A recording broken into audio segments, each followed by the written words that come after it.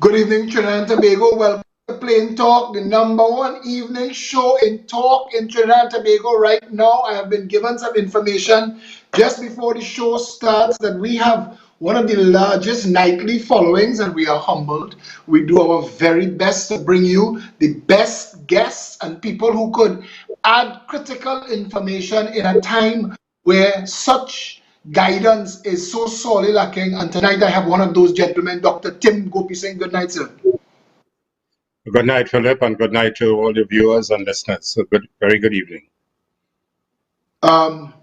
You're currently a member of parliament, Yeah, for Caroni East. a former minister of education. Yes, for 5 years. How many any other ministries or just for education? No, I acted for a bit in health and in finance during the And, period of 5 years. and you're a And medical. in 2001, Mr. Pandey asked me to act as Minister of Integrated Planning and Development during his time. I took over from John Humphrey at that time, who wasn't well. Mr. Pandey asked me to act. So it goes back a little while. So you've had your toe in the political pool for a while now. Well, reluctantly, in 1997, when Mr. Pandey asked me to come as chairman of the Regional Health Authority. At that time, I was clinical dean of the medical school, and I was an associate professor. I was clinical dean for about 4 years, and we were talking to guys at King's Medical and Dental School in the dean's office when Mr. Pandey called, and he said, Tim, you know, we need people to come and give us some help to run Port of Spain. I know you at Mount Hope. Would you consider becoming a chairman of the RHA, the Northwest Regional Health Authority? That's the time that Minister Rafiq and Minister Khan, they were the ministers at the time. It took me a while to decide because, you know, I was at the pinnacle of my academic work and doing research and publications, and I was moving to my full professorship. I was senior lecturer at the time, and I wanted to get into my full professorship. I probably needed just a few more publications. I had about 33 publications in international scientific refereed journals, and of course I had about 40-something presentations in different cities around the world. And so I was highly academic at that time, but I got pulled into it in 1997 with Mr. Pandey, and then it never stopped. I became deputy chairman of the National Training Agency, and then deputy chairman of the National Advisory Committee on Education, to when Adish Nanan was the minister, and then later on Mrs. Bisessa was Minister of Education. I worked with Clive Panton. In fact, Minister Garcia, now, who is now the Minister of Education, we were together during that time in the Advisory Committee on Education. So in 2001, Mr. Pandey asked me to serve as a senator in the government. And then everything started. In 2002, they tried to jail me. In 2003, I came back with a fight, and I was an acting senator from 2004 to 2007. But you know they're going to want to ask me to interrupt him right there. We will come back. So in 2002, they tried to jail you. What's that mean? Well, of course, they charged me for misconduct in public office. They said that I was negligent. It was related to when I was chairman, 3 of the guys who were the chief financial officer, the CEO, and the chief operating officer, their salaries were like about 9,000, 11,000. And the act said that any salary beyond 150,000 for anybody at that time, you had to get the permission of the minister. So they tried to see whatever they could find, and they in fact got nothing. They still laid the charges. In fact, there were 9 charges. Fingerprinted me 9 times, paraded me down in handcuffs down St. Vincent Street. But I was told, you know, by my friends and Mrs. Gopeesingh at the time that they're going to try to make a mockery of you. They're going to parade you down the street. They're going to put you in a cell with feces. They're going to put you with other jailbirds. And exactly what happened. And I had about 19 friends who from the legal profession came around at the time. One of my best friends, Mr. Martino, they were all there with me. And it went through to the magistrate's court, and it took about 2 years, a year and a half, and Chief Magistrate McNichol said, eventually these charges are not known to law. He dismissed the charges. He said, Dr. Gopeesingh, a man with your professional integrity and professionalism shouldn't be here in the first place. Mr. Manning, who was at that time the Prime Minister, appealed the matter within a 6-week period. It went to the High Court, and Justice Myers found the same thing, that these charges were not known to law. So this is a lesson for professionals in a way.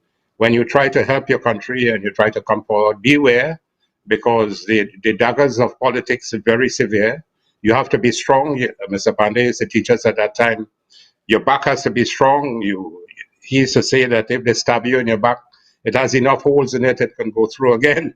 So you have to be mentally strong to be in politics. It's not for the faint-hearted, and that's the way that, you know. So you epitomize that, Philip. You're strong, and a number of my colleagues on our side, I mean, we have been through the thick and thin of things, Mrs. Bissett. So all of us, I mean, it's a rough ride, but to serve the people and to do the best for your people, you have to understand.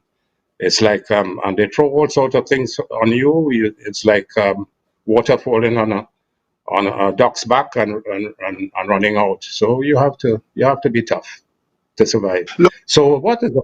20-something years I'm there now, and in looking fact, back, I start.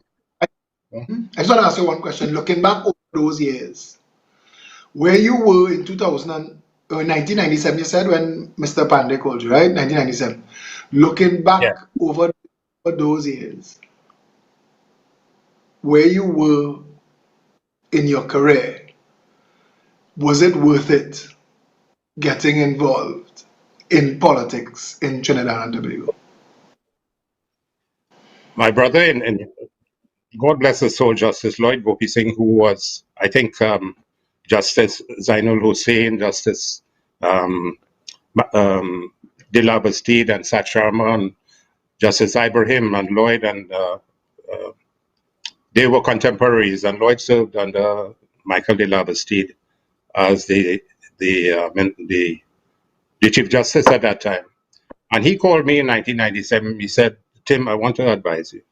What are you getting yourself involved in politics for? You are a professional, a top professional. At that time, I was the only Caribbean gynecologic cancer specialist in 1988.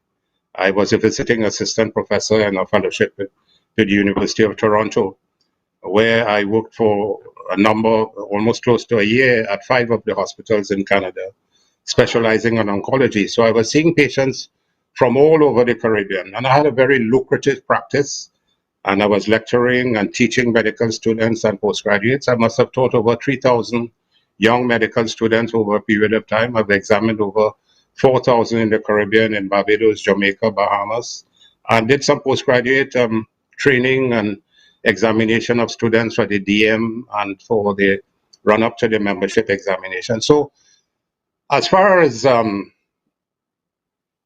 what has happened over the period of time, sometimes I said I sacrificed my full professorship, but that is part of it. But serving the people, I have no qualms about, or no regrets about having served them, and particularly in the education, which I had the privilege of Mrs. Bissessa asking me to serve there, and I'm very grateful to her for the opportunity to serve in that area. As I said earlier on, I acted a few situations, like Minister of Finance for a period, and of course, Minister of Health on a few occasions. And it's been a So, tremendous experience. Dr. Gopeesingh, Trinidadians watching the show gonna want me to ask you more current questions. I mean, a lot of people didn't know of far how far you've come politically away from your chosen career. And if I didn't only have an hour with you, I'd dig a lot deeper in that, because um, you seem to have had a very illustrious career. But we're talking politics in Trinidad and Tobago right now. And I need to ask, were you the person who raised on January 31st, 2020, in the parliament, that the speaker allow the matter of COVID-19 coronavirus to be debated? Yes, I raised that on the advice of the opposition leader, on the advice of my party. They said, Tim, I think you should raise that issue. I raised it, and unfortunately, the speaker did not allow it to stand. And then subsequently, I raised it again in February, towards the end of February.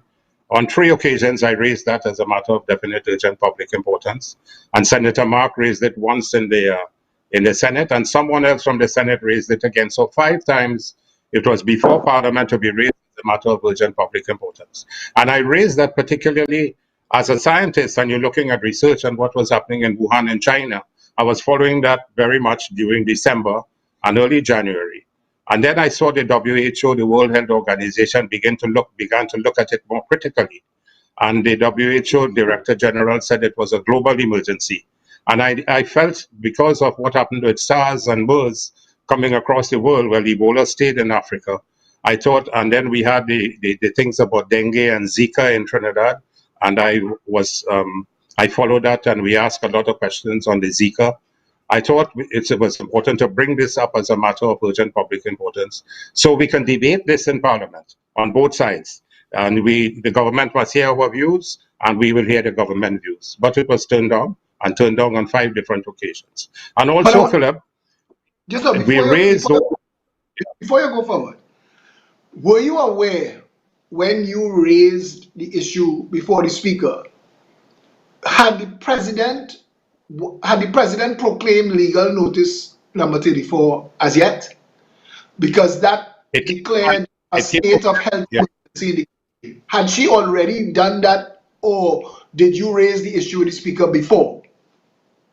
I think I raised it with the Speaker before, and I think it was the same day that the President, I think it was the 31st of January, where she made sure that she proclaimed that as a state of a public health problem. Yeah, a health emergency. But no one from the government brought that information to Parliament. It was subsequently read sometime in March, but it was our team that found out that the President had raised that. So if the President raised it, we raised it. We asked a number of questions. A number of my colleagues raised over 30 questions during the period from January to March, 39. In fact, in the lower house, we asked... Doc, sorry for interrupting you again, and there's a little delay, and that's what makes it difficult for me to come in on a timely manner. But Legal Supplement Part B, Volume 59, Number 11, dated 31st January 2020, is the date Her Excellency Paula May Weeks, under her hand, given under my hand, and the seal of the President of the Republic of Trinidad and Tobago, and the office of the President in hands this 31st day of January 2020. Based on your experience being in government and being in Parliament, something like this is proclaimed. How long does it take to get gazetted? How long does it take for that information to flow from the President to the operative head of the country, the Parliament? How long? My understanding is for gazetting, it takes 1 or 2 days max. So it will be published in the Gazette within a short period of time. So the country will be aware, because all the Gazette publications go nationally and internationally as well to the diplomatic missions, etc. So, and then questions were asked to Minister Dayal Singh almost, I think, the same day by other colleagues. And I think he said they are prepared. When the question was asked, he said that they're prepared for it. And permit me to just bring in this part. Prime Minister Rowley, recently on the news, I saw where he said that they were prepared from early January on this issue. Why didn't you allow a debate? Why didn't you encourage a debate and make a statement so that we can discuss the matter from in January? But you wait. If you were prepared as Prime Minister in early January, God help us, because what is happening now in mid-April is telling you very definitely that they were very ill prepared, because the issues, lack of testing, insufficient test kits, insufficient sample kits, lack of personal protective equipment, lack of masks, lack of ventilators, and the homes where they're putting patients in for recuperation are abysmal, uninhabitable. So if you said that you were preparing from early January, 3 months later, 3.5 months later, you're finding yourself in this difficulty. This is unacceptable. They were telling the population... I want to tell you that the 16th of March, after the 31st of January's proclamation, the next time we heard anything from the government was the 16th of March. So a month and 2 weeks were allowed to elapse. And in that month and 2 weeks, 150,000 people were allowed into the country for carnival. So the government that wrote, and whereas Trinidad and Tobago has been advised recently by the World Health Organization of the existence of the 2019 novel coronavirus, a highly infectious and dangerous disease which is currently occurring in various locations around the world. And whereas the Minister of Health believes that due to the speed and ease of international travel, Trinidad and Tobago can ultimately expect the arrival of the 2019 coronavirus and the devastating effect on its public health. Dr. Gopeesingh, I want to ask you a straight up question as a former minister, a parliamentarian. If a government causes the President of the Republic to proclaim a serious health emergency as worded as what I just read for you, and then allow 50,000 people into the country for carnival without alerting the parliament, the country, the nation, nobody, that this is about to happen in Trinidad and Tobago, wouldn't you say that is criminal disregard for human life? I was going to indicate that many people will consider that criminal intent and total negligence and incompetence. So all that happened subsequent to that, they should have taken the initiatives from since January. They did not, because they had under their bonnet that they wanted carnival to continue. We don't know the effects of the carnival. Nobody has been able to determine. And when we go on to the issues of testing, you would see that the testing has been an abysmal situation. So every time they make a statement, We've tested 1,282 people since the 16th of March when they got all excited about it. It is now the 16th of April, a full month. We've tested 1,282 total tests. Out of those, Ian Allen got 5. So we don't know how many people got multiples of tests. So we don't know how many people have been tested at all. And why have they been reluctant to tell the population? Because they know that they are failing. It's an incompetent government and incompetent Ministry of Health. We have asked the questions from the beginning. How many test kits do you have? We had 3,000 test kits for the entire Caribbean. And then when the minister was put into a corner, that CAF have these test kits, he said that they're getting 4,000 more from China. The 4,000, I don't know whether they really came, but when they came, he said that they couldn't be functional because there are no extraction kits in it. He then went on to say that the hospitals half kit, yeah. So from China. They're not functional. He said then that they're going to get the hospitals, General Hospital San Fernando, Eric Williams Medical Sciences Complex, to do some testing for the first time. The testing is a polymerase chain reaction type of testing with a special apparatus. That's a PCR test. PCR. Then he said that they're going to allow the private labs to come, but they have to be certified and accredited. When the private labs began to call CAF said they don't know anything about it. So then they said, the Ministry of Health said that they will accredit them, but there is not an accreditation committee. So no private labs are in fact accredited to do the testing the private labs are doing. So they have been failing because they knew that the lack of testing. If you compare this with the United States has done over 3 million tests, which is about 1% of their population. From the 3 million tests, they have about 500,000 positive, which is 1/6, which is about 16%. And from that, they have about 22,000 deaths. Now, where are we? 1% of our population is equivalent to 14,000 citizens who should have been tested. We tested 1,200. 1,200 is 1/12 of 14,000. So 0.08%. Where are we? And for us to determine where we're going with all the talk the Prime Minister. I'll give you a better statistic. The United States is testing 11,000 people per million. We've tested 916. Right. Well, that speaks for itself. Look, another country that is almost parallel in population, Hawaii. Hawaii has a population of about 1.5 million people. They have done 20,000 tests already. They have found over 500 cases that are positive, and their death rate is 9. We have found over about 120 positive. Our death rate is 8, but we have tested only 1,200 patients. So it's total incompetence. Barbados? Barbados, I think, is about 350,000 people, if I'm not mistaken. And that's about the population. They did 900 tests. right? So if you multiply that by 4, it's equivalent to 3,600 tests in Trinidad. And it's the same cath lab that is doing the testing for Barbados, because all the Caribbean government tests come to Trinidad. The Caribbean Public Health Agency, which is the one responsible for testing for the entire Caribbean. So if Barbados can do that, the whole thing has broken down. There's total incompetence around in the country. And a lot of people are walking around with minimal to moderate type of disease from the thing. But they're afraid to come forward for testing, because when they see what is happening, if they test positive, by the way, they will be thrown into a place like Balandra, which had 14 patients in one room without ventilation, or in Sangre Grande, where it's a rat-infested home, or even in Cora with feces all over the floor. How could a But government feel proud? Dr. How Gopeesingh, could of the 2,180,000 cases in the world, the only cases that are in medical facilities worldwide is 56,577. We are not supposed to be hospitalizing every positive test. Of the 2,180,000 cases we've had since the start, 546,000 have recovered. There are 1,487,000 active cases right now, and of that, 1,431,000 are mild.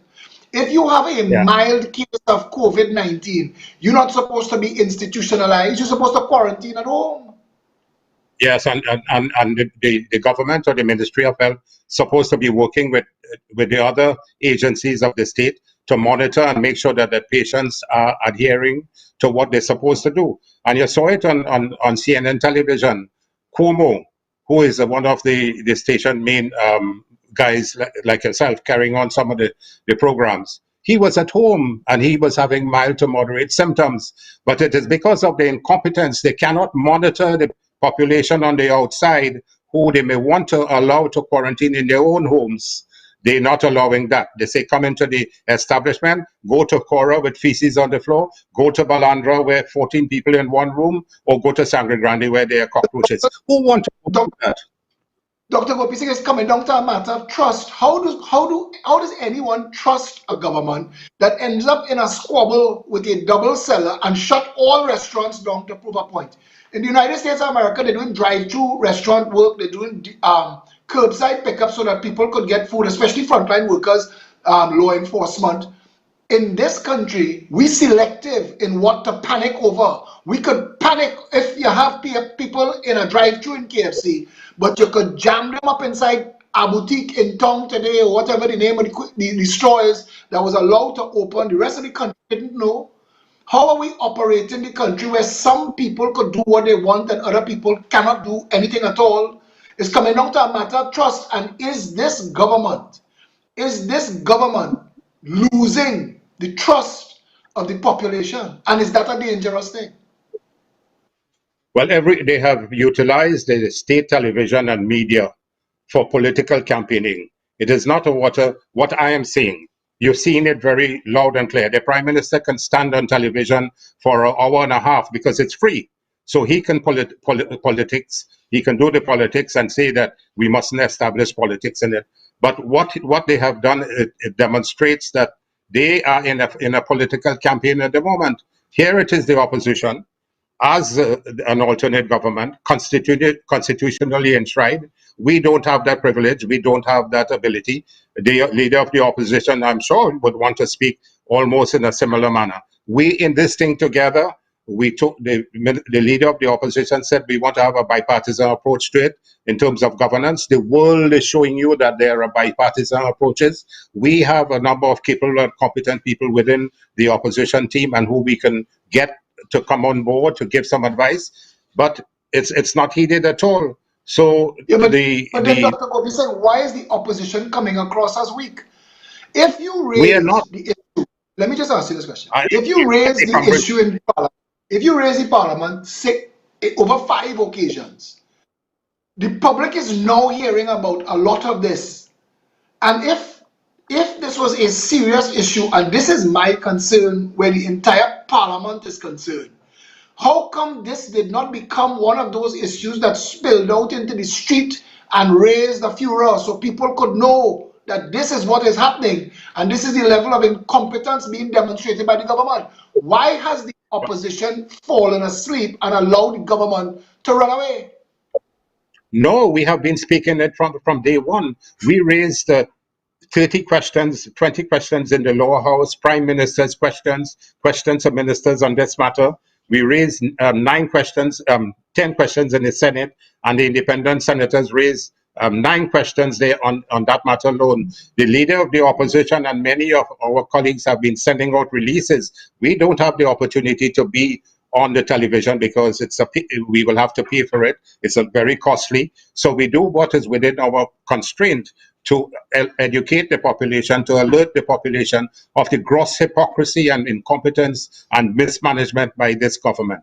You know, they're not ashamed to say that they now have 250 beds at the Couva Hospital, the Couva Children's Hospital, which the UNC built in 2 years. Mrs. Bisesa and her team with Dr. Munilal and Dr. Khan and Udicott, they put together in 2 years. And when they came on, they said they don't have enough doctors and nurses to run Mount Hope. Couva Hospital. Then they said they're waiting on the Welsh report. The Welsh report came and gone. They said you must have a public sector, private sector partnership. That gone.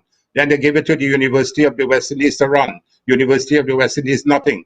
Then they say they're opening a medical school in offshore medical school there, nothing. So they say that it couldn't be working at all. It was a construction site. And all of a sudden, they started to do MRI. They did over 1,000 MRIs at Mount Hope, and now they can find 250 beds. Not Mount Hope, Couva. So the gross hypocrisy of this government, and here it is. They're now showing off that they want to open the Arima Hospital and the Point Fortin Hospital. Since Eric Williams' days, they had promised to have a Point Fortin Hospital. And Mr. Manning in 2002, when he took government again, he said he's going to build a Point Fortin Hospital. It took Mrs. Bisesa's administration to start it with Udicott, Dr. Khan, and Dr. Bilal. But I have to say to you, that's politics. People looking for governance. You are the opposition. Is our system so broken that the opposition has no authority, it has no power?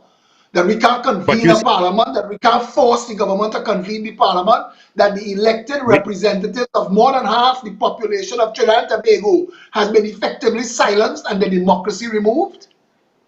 But we have been making calls. You will see Mrs. Bisesa's releases and many of our releases from our colleagues asking for Parliament to be convened. Today, the Prime Minister spoke about the establishment of a committee. Is there anybody from the opposition on that committee? What type of committee? So that you want to just keep the opposition? Family and finances. I'm not even taking that all. The names that they call is the same crew and the same guys that get in every opportunity, every position that come along. We've had one guy. He's on every investigation committee that they've set up for both for COVID-19. But the point I want to get at, I asked Dr. Munilal, I'm going to ask everybody, if our opposition cannot call the government to order, what is the point of having an opposition? The point of having an opposition, we're the alternate government. We are representative of more than half of the population. But when we speak, remember, the government shouldn't own the parliament, Dr. Gopeesingh. The government shouldn't own the parliament. The system should be that regardless of who is government and who is opposition, that the parliament is called so that the public gets to know what is going on. No other real country in the world can the government hide away the parliament from the people and carry on the business of state by press conference. Well, you saw a vivid example of that recently when they needed the money to help the citizens who are going to be without money at the end of the month, without food that they are suffering now. They came very hurriedly and asked us to give them the ability to borrow $20 billion. They want to take another, they took another, and it was a short meeting, a short parliament where only 2 speakers were allowed to speak on either side, to borrow take $10 billion from the Heritage and Stabilization Fund, which Mrs. Bisesa's term moved from 3.5 to 5.6 billion US, close to 14 billion we added on in our term of office between 2010 to 2015. On 3 times now they have raided the HSF. Very shameful and disgraceful, the Minister of Finance and the government. And they also asked for 10 billion to be allowed to move from 30 billion in borrowing for development funding to 45 billion to 55 billion. So they have another 25 billion.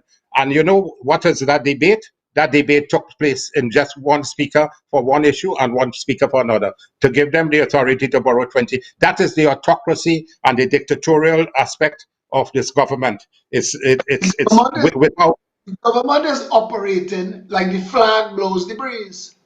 The government they get to make all of the decisions, and the rest of the population is out of the loop. We even have a situation now where the Minister of Communication is turning off the microphones of people she don't want to have speak, but bringing a former head of the school feeding program, PNM, to be a journalist. Take a PNM motor mount, paying her to the NLCB. When Matt raised an objection, she put in the public space that the head of Matt get a free PNM house.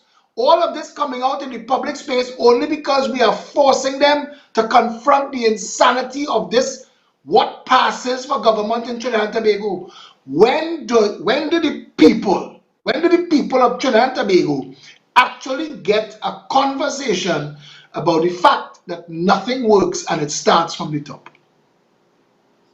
Well, I'm glad you're focusing on this, Philip, and we need more people like you in the country to speak out openly against the dictatorial aspects of this government and the autocracy of the government. They run this country as though they alone matter and nobody else matters. The people that we represent, nearly 400,000 people who voted for the opposition, they don't matter. Their voices are not heard.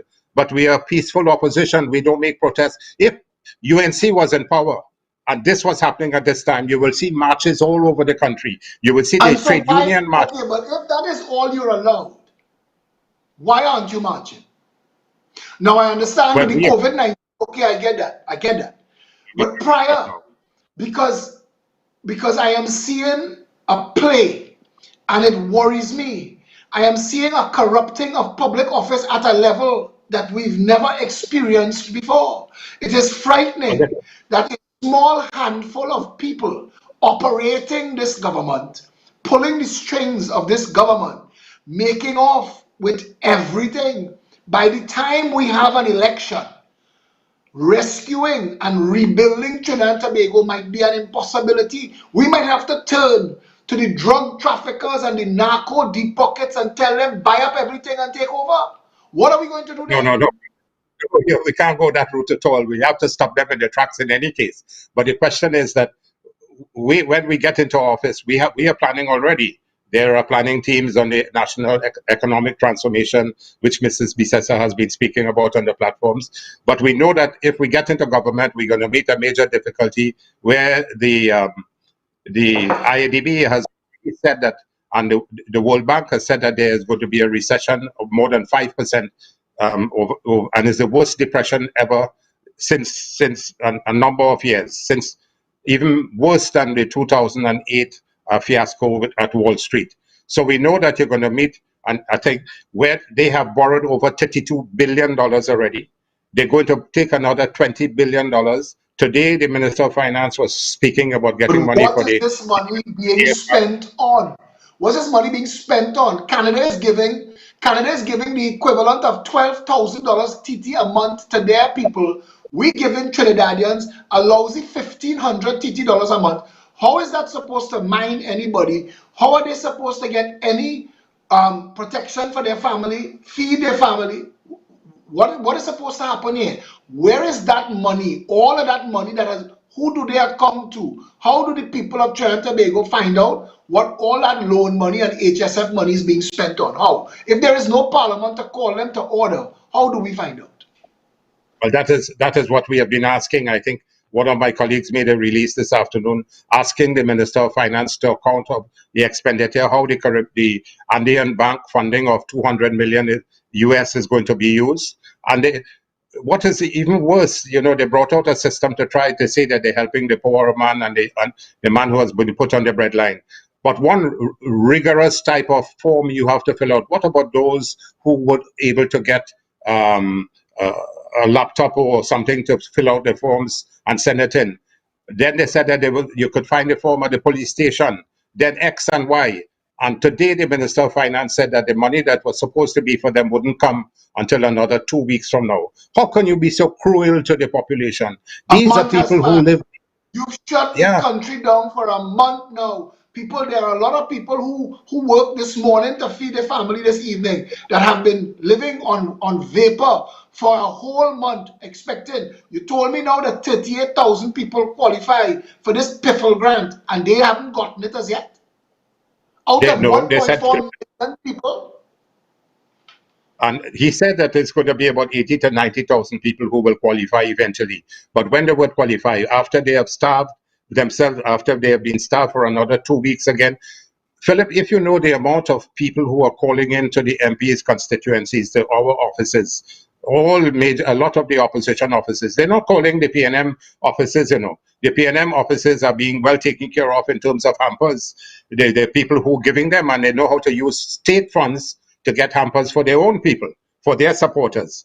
But our people are suffering, and the amount of people, and members of parliament from our side now, finding themselves to have to purchase a number of hampers, whether it's 10,000 in wood, 15,000 in wood, and try to distribute as much to our poor people who are suffering at this time. Our hearts go out to all those people. The people who are in the barber shops, you know, all the vendors who were selling doubles, those who used to be in different areas on a Saturday or during the week selling, all of them are without employment, and they don't know where the next cent is coming from. It's very As you pathetic. talk And the about government, that, yeah, your government, as you said, have not accounted and cannot account for what they're doing with the $20 billion that they have been that they forced themselves through Parliament to be able to obtain. So they're going to Andean Bank, whether they go to IMF, where they're going to. The minister said that he was in a meeting with the IMF. Well, pretty shortly, the IMF will be on the doors because the debt to GDP has risen close to 70% now. And IMF, when that happens, and they will use this as an excuse to say that this is the economic situation that we are in because of the COVID virus. But from the beginning, they have been telling lies to the country when they said that they came in and met an empty treasury. We left over $117 billion TT, 11.5 billion US in the foreign reserve, and 5.6 billion US in the Heritage and Stabilization Fund. So we left $117 billion TT when we demitted office for them. And they said, every day they say that we left the treasury empty, which is a lie and which is gross hypocrisy. And they want the country to buy into that. In addition to that, they have spent $280 billion already by the end of this fiscal year. And we spent $297 billion. And so where is it? What is it that they have to show? Where is the infrastructure? how does that work in a country where if the person looking at you speak is East Indian or UNC, they automatically agree. And if the person looking at you is Afro-Trinbagonian or PNM, they automatically disagree. When does fact and information have any bearing on the operation of the nation state of Trinidad and Tobago? You mentioned the coming recession. Trinidad has been in a recession for 4.5 years when the rest of the world, prior to COVID-19, enjoyed a 3% growth romp, unheralded, unprecedented. Trinidad and Tobago had 4.5 years of recession. What is left to recess in Trinidad? What do we do now? If this It is because country ends up in the grip of the IMF now, with the income position as it is in this country, during a global recession, how do we ever come out? you can't rely on this government to do anything to come out of that.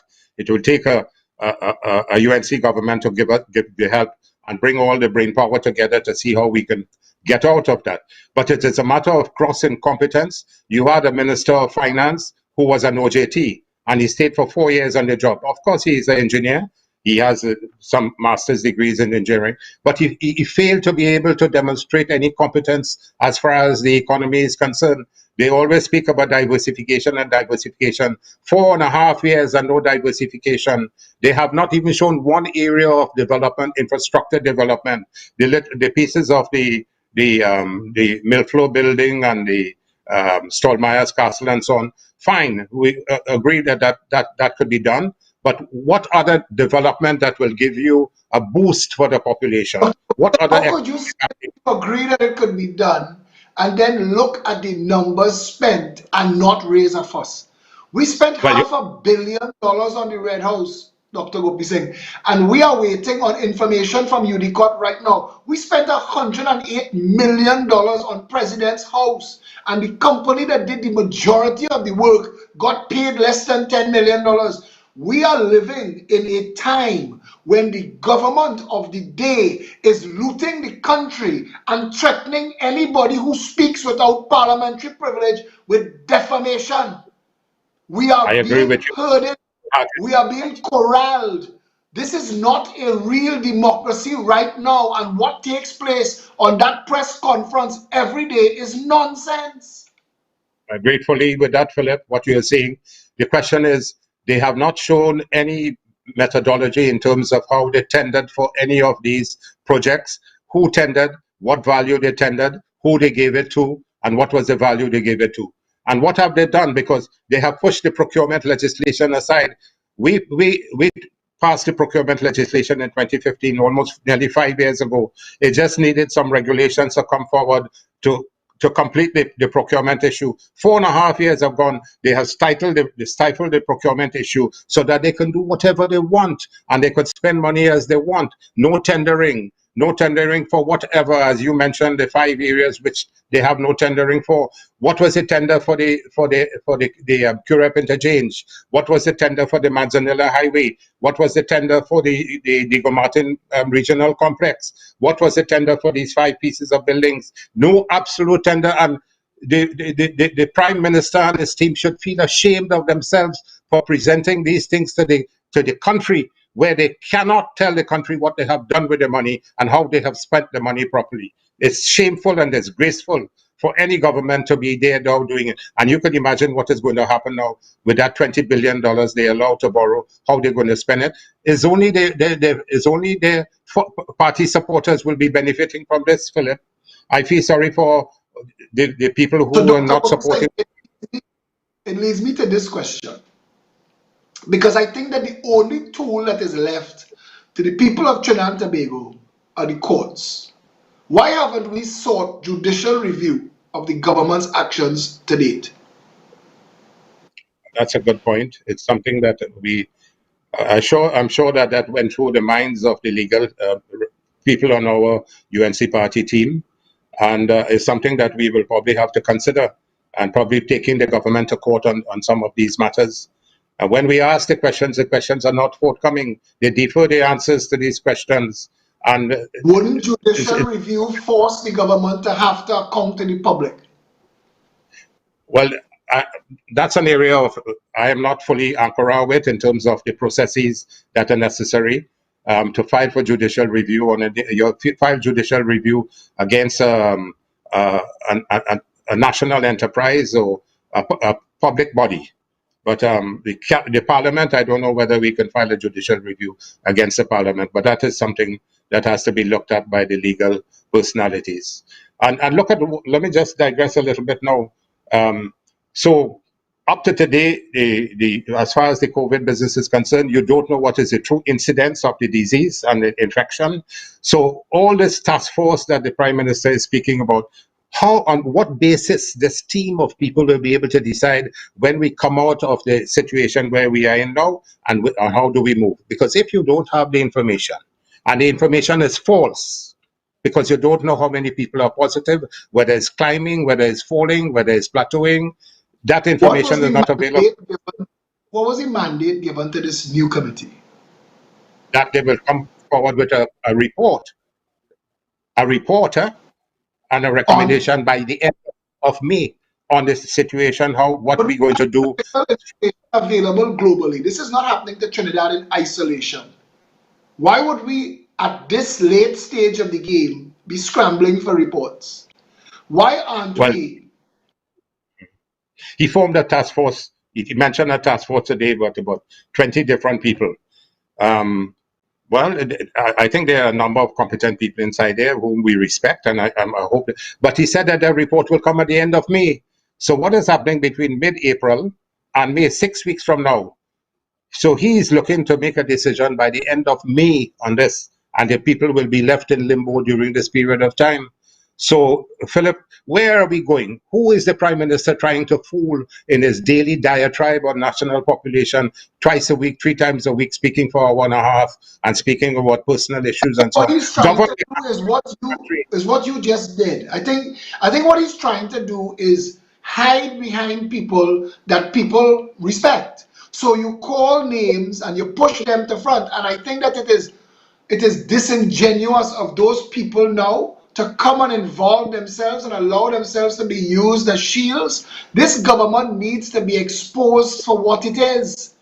And I have Well, been the loudest voice. I was the first person by the time Keith Rowley got around to calling to shut down the country and to stay home. It was 5 days after I was saying it every single night, but he missed the window. And it is only because Trinbagonians are either truly blessed by God or we did follow our lockdown procedures better than anybody else, because to still only have 114 positive cases right now and to only have had 8 deaths, and most of this come off of a PNM cruise. That and all is a reckless disregard for the lives of the citizens of this country. I asked a former Prime Minister of St. Kitts Nevis last night, at what point did Trinidad and Tobago alert the rest of CARICOM? And at what point did they engage in a Caribbean wide conversation to address coronavirus? And he couldn't answer. yeah, because they were all they were all missing in action. I'm sorry to say that. Because I read yesterday where the Director General of PAHO for the entire Americas, she admitted that they were late and they were ill prepared to deal with this virus even up to February. And if Trinidad and Tobago government relies on PAHO's scientific advice and help for infrastructure and things like drugs and the personal protective equipment and kits and so on, and PAHO said that they were ill prepared, you can imagine what situation we are in now. And also, Prime Minister Rowley and Mrs. Motley, they and Jamaica, they met, I understand, in February for a CARICOM meeting, and not it seems as though nothing has come out of it in terms of a Coronavirus was not definite. there. No, but it was being around the world and they knew it was coming, and the WHO Director General had already declared this as a pandemic. It's no longer No, an but we epidemic. all in Trinidad and Tobago, it was mild. The Minister of Health said, we will not shut down Carnival. Trinidad is not going to have a problem. Bought up all the masks that we had available and shipped them to China. We Yeah. did the Well, opposite of what we were supposed to do. I think the shipping to China, I don't know whether it was a private enterprise, but obviously we were not prepared to have masks. PAHO was supposed to have been helping us in that and getting the kits. PAHO didn't. This is why you know that the WHO is now being looked at differently, because PAHO is a subset of WHO. WHO runs a number of these similar type of organizations around the world. So the Minister of Health, they are unafraid to speak the truth, and they're just hiding and trying to hoodwink the population on a daily basis. It is very sad, very sad. And then let me just, I think we have probably about 10 minutes. On the education sector, I saw Minister Garcia and Minister Lovell Francis, and they bemoaning the fact now that they did not have, the 60,000 children do not have the laptops. Huh? We, Mrs. Besassa, had a foresight that Trinidad and Tobago will be a knowledge-based society. Human capital development will be at the forefront, and information communication technology will be at the forefront. We gave out 97,000 laptops to students, teachers, principals, school supervisors. You know what PNM government gave? 9 face masks to people. Yeah, we give out 97,000 laptops. We given out 9 masks to people in the country. When we had ICT platforms, we were world leader in ICT in education. Teachers were winning gold prizes from Microsoft around the world. We were recognized by Global Education Forum for our work in ICT in education. We were at the center of the virtual education workshop by OAS, recognized by OAS for virtual education. We had 21st century smart classrooms. Teachers were conducting their lessons and their homework and so on via the ICT. And when Rowley was in opposition, Prime Minister Rowley now, he said that the laptops, are you going to give laptops to Duncy Head first formers? Do you remember him making that type of comment? And he said that statistically and empirically, it showed that the laptop program was a waste of time. And is it coming now to haunt them? The same laptop. But Dr. Gopeesingh, Keith Rowley has two tongues in his head, and he uses whichever one he needs at the time, because the same community comfort patrols that Gary Griffith introduced in Trinidad when the army was stretched tight, and I remember that because I was working with Gary at the time, that they call a Yeah, waste of money. They come and they reintroduce themselves. Every single thing yeah. that they curse and they bemoan, they came right back to do. And I find that that is hypocritical and they need to be exposed for that. If you believe that Cuba Hospital is a waste of time, don't use Cuba Hospital. Take the people to the Taruba Stadium. If you believe that community comfort patrols are a waste of time, do not pick that idea as a mechanism to give Aboud extra money. If you believe that something does not work, you cannot return back to the same exact policy and pretend that now that have the stamp of a PNM Balize on it, somehow it's going to work now. Yeah, they keep saying, well, what is now is not what was in the past. But they stealthily brought out a lot of things. As you talk about the Taruba Stadium, the population must not forget that Taruba Stadium went up from $200 million to $1.2 billion. And where is it now? You know, what are But you Dr. using it Gopeesingh, for? if you say that you had 5 years in office, how come nobody went to jail? Napa No, went from they talk, 136 million to 500 million. Sapa went from 140 million to 500 million dollars. The Tobago Scarborough Hospital went from 200 million to nearly $1 billion. How were these things? What took place in Petrotrin under Malcolm Jones, where it ballooned to $1.5 billion? How did these things get to happen and nobody be brought to justice? That is why the public has no faith when politicians say what you just said. How come no one no, has been named and shamed? How come no prosecutions? How come? well, the whole system is weak. You know that the judicial system and the prosecutorial arm of the state is very weak. Imagine the DPP's office is understaffed. The judiciary has been limping along. So the whole system of judicial conduct and so on leaves a lot to be desired at this moment because people are raising questions. There's the whole question of the leadership of the judiciary. So what do we expect? All institutions in this country have fallen down and are continuing to worsen under the PNM. Is a very sad state of affairs, and you are highlighting the issues to the rail. Now the Petrotrin issue is about $18 billion we have lost there already, yeah, because of Malcolm Jones and the in the World GTL. We have had to pay interest of 850 million US The at bullet nine and a payment half. came due. Yes, Yeah, yes. and the bullet payment came back. So 8.5% for nearly 10 years. We have paid almost 850 million US in interest It alone, was and we didn't follow touch the the tomorrow. PNM government that put at least 15 or 18 financiers, members of a former UNC government, on charges. The director of public prosecution spent over $150 million trying to prosecute Ish and Steve. How come following that, with everything that Call the Heart did, how come following that, how come Labidco, how come we didn't get a commission of inquiry into trying to build a industrial complex on top of Pitch Lake? How come we didn't deal with those things when the UNC was in office? How come Faris Al Rawi and one Alexandra Place did not get prosecuted? How come? Well, the issue of the Attorney General at the time, Mr. Ramlogan, um, Anand. Anand did take up the challenge and worked with the agencies that's supposed to give the help to look at the prosecutorial aspect of it. But you remember Malcolm Jones was before the court. And as soon as this government came into office, within a year, they removed the entire thing away from him. Well, God bless his soul. He was But the whole fiasco started in 2007 to 2008 with Petrotrin, and this is the same government would say now that not a job would be lost, nobody would be fired, Prime Minister Rowley, and next day you hear Wilfred Espinay saying all must go, and over 10,000 people lost their jobs, and But a Wilfred Espinay said 3 months prior that Petrotrin had turned a corner and had actually made a profit. 3 months later, Franklin Can said Petrotrin was going to destroy the economy of Trinidad and Tobago. And in the quickest time I have ever seen a government act in the history of this country, Petrotrin was shut down, put for sale, and sold. But have you asked yourself, Philip, what was the real reason for it?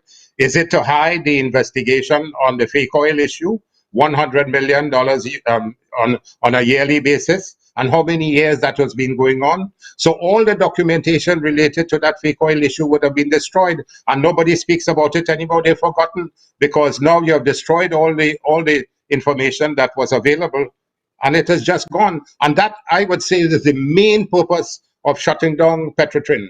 And nobody could say differently because everybody knows that there was a hidden secret agenda in closing that down. And the Dr. government Gopeesingh, knows that. Keith Rowley has been repeatedly named in AV Oil. The lawyer who he hired to defend him in AV Oil was made the chairman of one of the three broken up Petrotrin companies. How is that not misbehavior in public office? How could himself to himself be allowed at that level? How could you put a defendant's attorney in charge of the evidence? How is that allowed in Trinidad and Tobago? How? Well, I understand what you're saying, and I agree with you. When the same person who defends the Prime Minister on the matter with Petrotrin comes on to be the chairman of the same company that he was supposed to be investigating. We don't have to call names now, but everybody knows what has happened there. How is The that same lawyer. So, legal? yeah, it's widespread conflict of interest. And why is it that, the trade union movement, all those people were hollowing over the number of years when we were in office, and they were marching up and down, and they were marching down to Shagaramas, and they were having mannequins of our Prime Minister at that time. They are all quiet. And what has happened to them? Why have they become so quiet? Not a dog bark, not a man has, But because nobody Petrotrin squat. was sold to that union. Petrotrin was sold to that union. And I asked a question that a tender process was hijacked by the Minister of Finance, who said to the nation that they accepted Patriotic's bid because of they are the only bid with an upfront cash injection, and then in the next breath deferred that payment for whenever. Yeah, it's almost a few $7 billion. They want to How do defer you the payment change for, the terms of a winning bid after it won the bid? and tell them that they have a few years to be able to pay their money of $7 billion. But it is fraud all over. It's corruption at the highest. And when nobody has, I'm sure that there are other companies that bid properly, but they made sure that they put it in a particular direction so that they can give it to their friends. Their friends who got $15 million before election to keep quiet against them and to make noise against us. You remember that? Same company. Dr. Gopeesingh, there are a couple of questions that people want me to ask you. Questions like the pitch lake. We still have no idea what's going on with the pitch lake, where the income from the pitch lake goes. Do you have any information on that? I don't have any knowledge about that aspect. I'm deficient in the knowledge as far as that is concerned. Dr. Gopeesingh, you were in the parliament and you were in two governments. You've been an opposition member of parliament and you've been in two governments as ministers. Why hasn't this country ever returned to a commission of inquiry into the drug trade in Trinidad and Tobago after having a Scott drug report by Justice Scott discredited and not be allowed to be tabled in the parliament? Yet billions of dollars have been intercepted in cocaine going Norfolk, Virginia, Vietnam, Spain, Canada. We've got $600 million on Bonus Island. Why haven't we ever secured the nation's borders against drug trafficking given the Financial Intelligence Unit the actual authority to do the job it's supposed to be doing, give the Integrity Commission the teeth it needs to go after corrupt public office holders, why haven't we commissioned another inquiry into the drug report, into the drug trade in Trinidad and Tobago? You think that they will want to do that and find, you know what the findings will be? They will delay that, and there will be inevitable reasons why they will not want such a thing, because the underworld economy still controls Trinidad and Tobago. But there are so many issues that we can discuss as far as that is concerned, but that will take a whole afternoon to debate that and discuss. Another episode. Dr. Gopeesingh, it was an absolute pleasure having you here. And if you could give us your closing comments, take as much time as you need. I think it's a privilege and an honor to be interviewed by you, Philip. You're very resourceful. You have your fingers on the pulse in the country. I read your postings from day to day, and you seem to be on the ball in most of these issues. And you're a voice fighting there. We appreciate your voice, and you lend some character to the entire situation. Keep up the work that you're doing. We will do our work. I have taken some ideas from what you said tonight, and we will continue to do what the half a million people who elected us into opposition. I hope that they listening and they're looking, and when the time comes to cast their ballot, they know what they have to do. It's time enough that this government goes.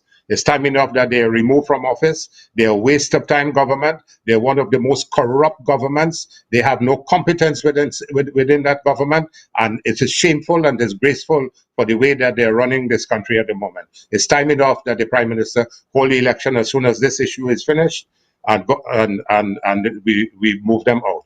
And may I, in closing, extend my sincere congratulations and thanks to the frontline health sector workers, many of whom the young doctors, the doctors who are working, my former students who I would have taught at some time, and all the nurses and paraprofessionals. May God continue to bless them, cherish them, and protect them. And may God continue to cherish our citizens of Trinidad and Tobago, protect them, and keep them safe. And to you, Philip, and your family, God bless you all. Thank you, Dr. Tim Gopeesingh. Well, Trinidad and Tobago, this is where we at. This is where we wrap this one up. It was very interesting. Dr. Gopeesingh was very forthcoming, and I hope to get many more parliamentarians, past, present, and maybe even future, existing ministers. And this is a call to the government of the Republic of Trinidad and Tobago. If you have nothing to hide, come on the show. To the Prime Minister of the Republic of Trinidad and Tobago, if you have nothing to hide, and you can defend your track record, come on the show.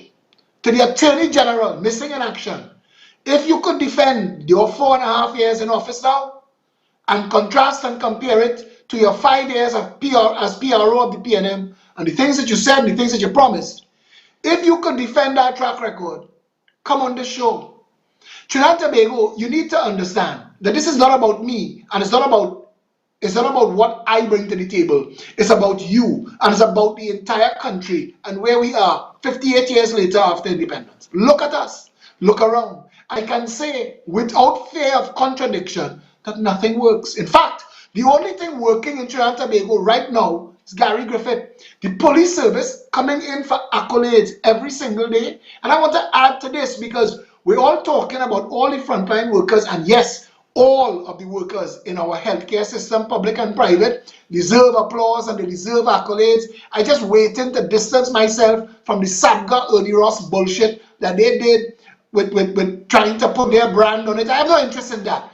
But our frontline workers, not only do they deserve our thanks and our applause, they deserve to be properly compensated. Go back to the bargaining table. Some of them are waiting on negotiations 5 and 6 years. Complete the negotiations. If you really think they're doing a good job, pay them a proper salary. Give them proper personal protection equipment. We are now $20 billion into debt from COVID-19, and nobody knows where that money has been spent so far. To the members of law enforcement, the police officers, the army, the Coast Guard, all of you who have been stepping up, great job. Thank you very much. Thank you very, very much. On behalf of Trinidad and Tobago, I have heard from people, and Gary, if you're watching, I have heard from people who have been through your roadblocks,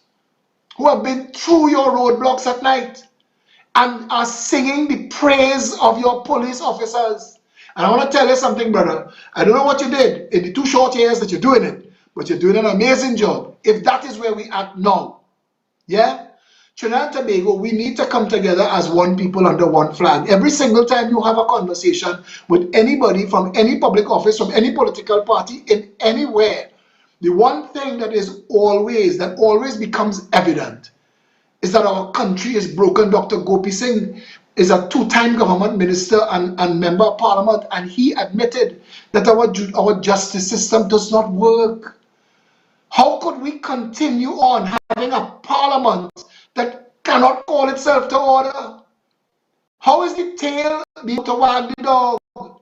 The people of Trinidad and Tobago have elected a parliament of 41 representatives to represent them, and have not had that happen at the most oppressive time in our history. We are in a continuous state of public emergency. All of our civil liberties and human rights have been practically suspended. Business has been shut down. The economy is on the brink. And we're not getting the parliament that has the responsibility to discuss these issues actually getting to do the job. It is time, Keith Rowley, call the parliament to order. And if you have nothing to hide, any of you, Fitzgerald Hines, you like to talk, come on the show and talk to me. Let's have a conversation. Stuart Young, if you really believe the things you say, come on the show. Donna Cox, you're the Minister of Communication. You're supposed to know more about what is going on in this country than anybody else. Come on the show. Terence Dialsing, if you think you could defend your track record, come on the show. My number is 682-2110. The chairman of the party is Felicia Holler. Her number is 769-4590. You can reach either of us. You can message the head of PEP Media, Satish Ramsaran. You want to come on the show?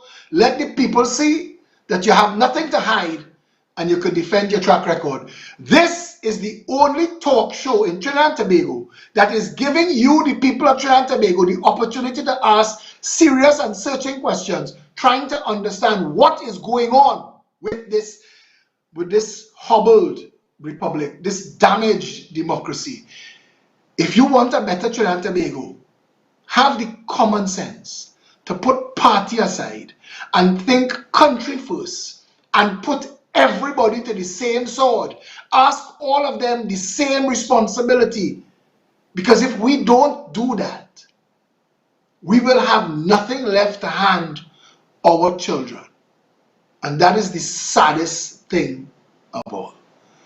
To all in PEP Media who have been working so hard, the Progressive Empowerment Party has been doing a morning talk show called Pep Talks in the Morning, every morning since this lockdown has started. And Felicia Holler and team, I want to thank you all and applaud you all for the human service that you've been doing, and all the members of the Progressive Empowerment Party and the guests who have been on the show bringing real good information. And Satish and crew that makes these shows happen.